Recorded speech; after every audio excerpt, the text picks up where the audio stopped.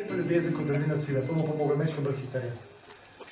Dr. Dolores Krieger je delala svojo doktorsko dizertacijo v 70-ih letih, mislim, da je to bilo.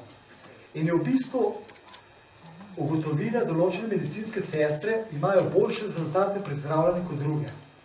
In jo zanimalo, kaj je ta X-faktor pri zdravljenju. Zakaj pri enih sestrah ene osebe, pacijenti hitrejše zdravijo, kot pri drugih.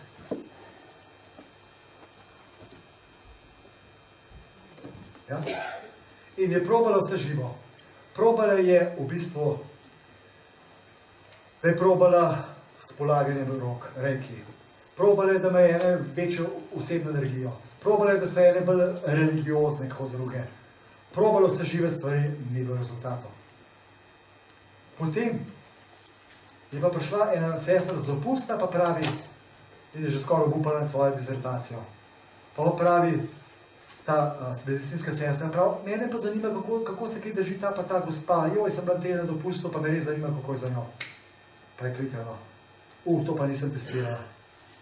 Ljubeča skrb. Koliko je res temu zdravitelju mar za tega človeka. In ta X-faktor je bil ljubezen. In potem Dolores Krieger reče ljubezen, ni čustvo, temveč zdravilna energija. Okay?